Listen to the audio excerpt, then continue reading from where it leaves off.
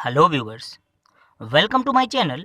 आज की इस वीडियो में हम एनसीईआरटी गणित कक्षा 10 की प्रश्नावली 6.4 का प्रश्न नंबर 5 हल करेंगे। इस प्रश्न में कहा गया है कि एक त्रिभुज ABC की भुजाओं AB, BC और CA के मध्य बिंदु क्रमशः D, E और F हैं। त्रिभुज DEF और ABC के क्षेत्रफलों का अनुपात ज्ञात कीजिए। तब जैसा कि प्रश्न में एक त्रिभुज ABC की बात हुई है, तब सबसे पहले हमने यहाँ एक त्रिभुज ले लिया जिसके शीर्ष क्रमशः A, V और C रखे गए। अब प्रश्न में कहा गया था कि इसकी भुजा AB का मध्य बिंदु D, VC की मध्य बिंदु E और CA का मध्य बिंदु F, इन तीनों ही बिंदुओं को मिलाने से एक त्रिभुज DEF बनता है, जैसा कि हमने यहाँ बना लिया। अब हमें करना क्या है, इस छोटे त्रिभुज DEF और इस बड़े त्रिभुज ABC के क्षेत्रफलों का अनुपात हमें ज्ञात करना है। इसके लिए यदि हम चित्र में देखें, अगर हम DF और EF इन दो भुजाओं को छिपा लें तो जो DE भुजा बन रही है वो भुजा AB और BC के मध्य बिंदुओं को मिलाने से बन रही है। तो लिखा गया चूंकि D व E क्रमशः भुजाओं AB व BC के मध्य बिंदु हैं। और क्लास 9th में हमने एक प्रमेय पढ़ी हुई है कि किसी त्रिभुज की दो भुजाओं के मध्य बिंदुओं को मिलाने से बना रेखाखंड तीसरी भुजा के समांतर व आधा होता है। तो हमने यहाँ लिख दिया, हम जानते हैं कि त्रिभुज में उसकी किन्हीं दो भुजाओं के मध्य बिंदुओं को मिलाने से बना रेखाखंड तीसरी भुजा के समांतर होता है व उसका आधा होता है। अतः जो DE होगा हमारा वो समांतर होगा CA के, और साथ ही साथ DE बराबर होगा AC के CA के 1/2 के। तो यहाँ हमने DE की माप AC के आधार पर निकाल ली।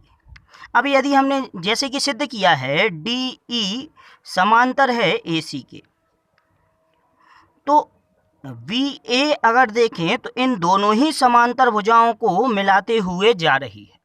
और यदि दो समांतर भुजाओं को इस प्रकार से कोई रेखा मिलाते हुए जा रही है तब उसको हम उसकी तिर्यक रेखा कहेंगे, और जो कोण यहाँ बनेगा वही कोण हमारा यहाँ बनेगा इन दोनों ही तिर्यक रेखाओं में।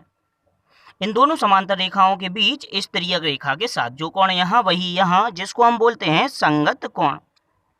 इसी प्रकार जो ये दूसरी रेखा है हमारी भुजा है हमारी BC, वह भी AC और DE के साथ जो यहाँ कोण बना रही है और यहाँ बना रही है, ये दोनों कोण भी आपस में कैसे होंगे, समान होंगे, इसको भी संगत कोण कहेंगे।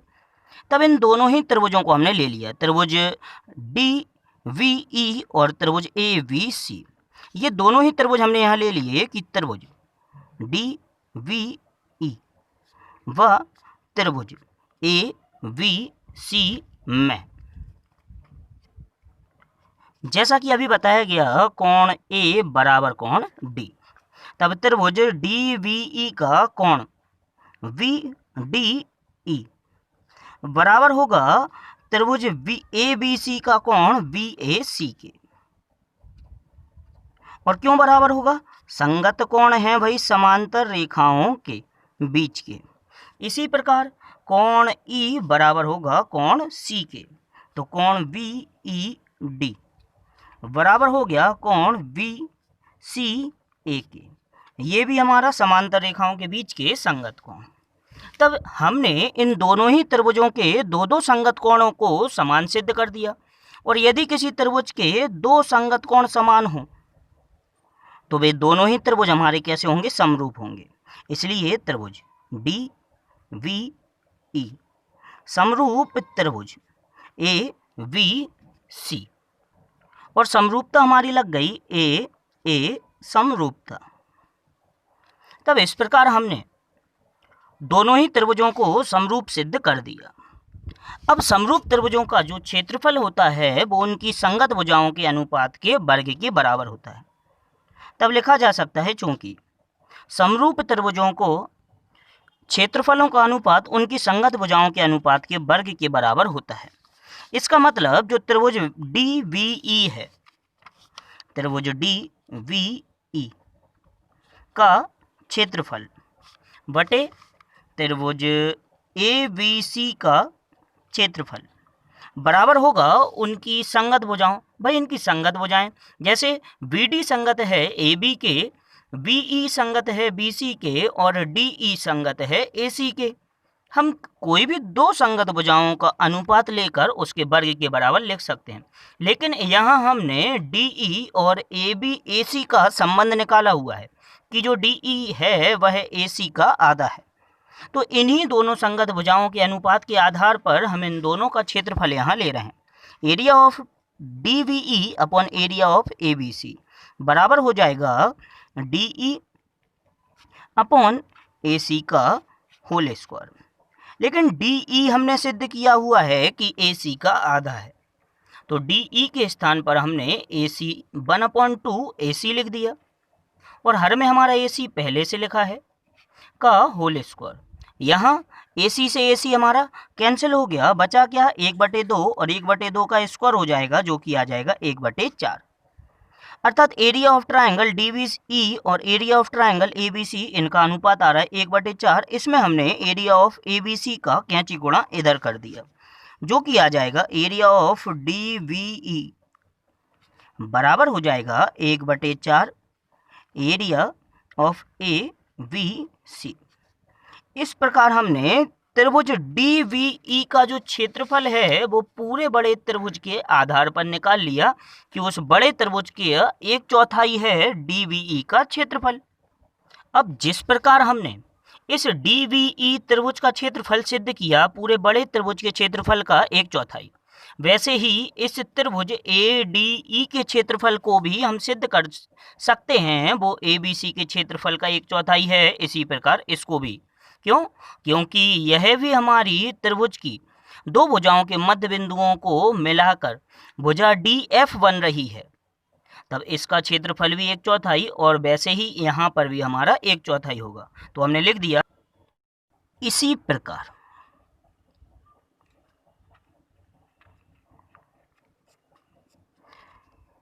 त्रिभुज ECF का क्षेत्रफल यानी कि एरिया ऑफ ट्रायंगल ECF यह भी बराबर हो जाएगा पूरे बड़े त्रिभुज के क्षेत्रफल का 1/4 यानी कि 1/4 एरिया ऑफ ट्रायंगल ABC। और तीसरा त्रिभुज FAD area of triangle FAD बराबर हो जाएगा 1/4 एरिया ऑफ ट्रायंगल ABC।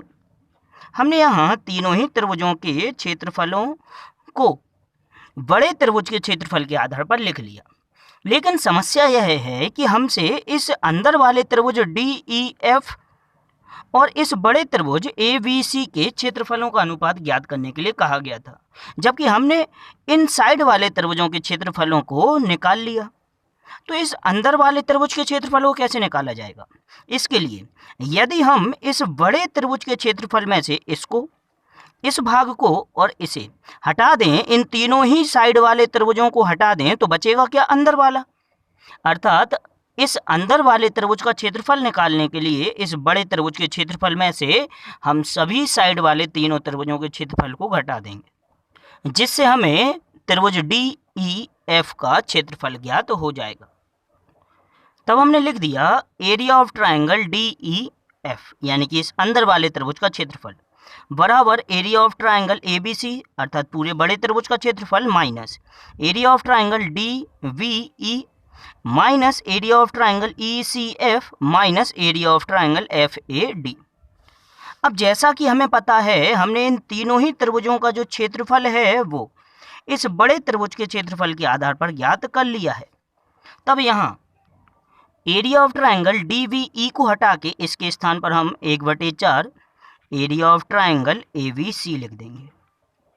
इसी प्रकार एरिया ऑफ ट्रायंगल ECF को हटा के 1/4 एरिया ऑफ ट्रायंगल ABC और माइनस 1/4 इसको भी हम लिख देंगे एरिया ऑफ ट्रायंगल ABC। अब यहाँ अगर हम देखें तो area of triangle 1/4 area of triangle ABC 3 बार आ रहा है और तीनों के ही चिन्ह माइनस माइनस माइनस हैं, तो ये तीनों ही जुड़ जाएंगे जो कि बन जाएगा एरिया ऑफ ट्रायंगल ABC। हमने वैसे का वैसा ही लिख दिया जबकि ये तीनों जुड़ गए जो कि आ जाएगा -3/4 एरिया ऑफ ट्राइंगल ABC। अब यहाँ अगर हम एलसीएम लें एरिया ऑफ ट्राइंगल ABC में से इसको घटाने के लिए हमने यहाँ -1 लिख लिया हर में और इन दोनों का ही लासा ले लिया बटे 4। 1 का भाग 4 में करेंगे, ऊपर 4 का गुणा हो जाएगा 4 area of triangle ABC -3 area of triangle ABC जो कि बराबर है एरिया ऑफ ट्राइंगल DEF के। 4 एरिया ऑफ ट्राइंगल ABC में से 3 एरिया ऑफ ट्राइंगल ABC घटाने पर ये हमारा आ जाएगा 1 एरिया ऑफ ट्राइंगल ABC, जिसको हम लिख देंगे 1/4 एरिया ऑफ ट्राइंगल ABC। और यहाँ हमारा एरिया ऑफ ट्राइंगल DEF।